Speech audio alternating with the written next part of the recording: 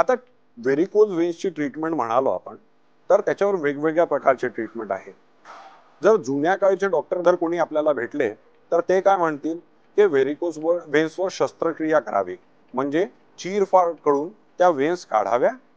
आणि पण जर आपण याला जर असं पाहायला गेलो तर शस्त्रक्रिया हा उपचार आता मागच्या काळाचा झालेला आहे. नवीन उपचार पद्धती काय काय आलेल्या आहे, त्याच्यात सगळ्यात पहिलं उपचार पद्धती जर मी बोलायला लागलो तर लेझरनी व्हेरिकोज वेन्सला बंद करणे आणि किंवा रेडिओ फ्रिक्वेन्सीनी व्हेरिकोज वेन्सला बंद करणे. त्याच्यात आम्ही काय करतो, त्या वेन्सच्या आतमध्ये जातो आणि आतमधून त्या वेन्सला जाळून बंद करतो.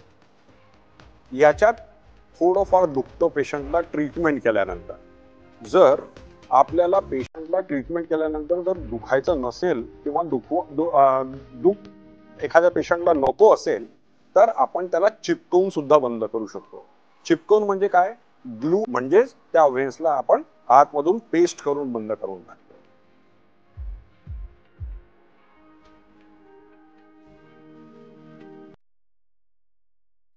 आता व्हेरिकोज वेन्सचा बचाव व्हावं ही सगळ्यांची इच्छा असते.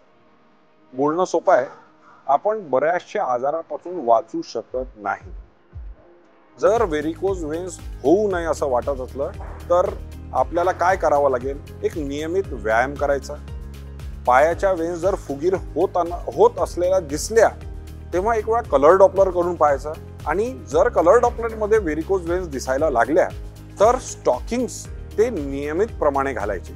कारण जर आपण स्टॉकिंग्स सकाळ ते सायंकाळ म्हणजे जेव्हा जेव्हा आपण उभं राहतो तेव्हा तेव्हा जर स्टॉकिंग्स घालून राहिलं तर आपल्याला त्या नसा फुगणार नाही किंवा त्याच्यामुळे होणारा दुष्परिणाम आपल्या पायात होणार नाही.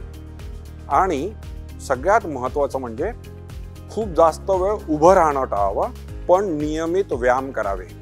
सगळ्यात महत्त्वाचं म्हणजे आपल्या पायाच्या ज्या वेन्स असतात, ज्या मांसपेशी असतात त्यांचं चांगलं एक्सरसाइज होऊन, कारण ते आपल्या शरीराचा पंप असतं आणि ते खालून वरतं रक्त फेकण्याचं काम करतात.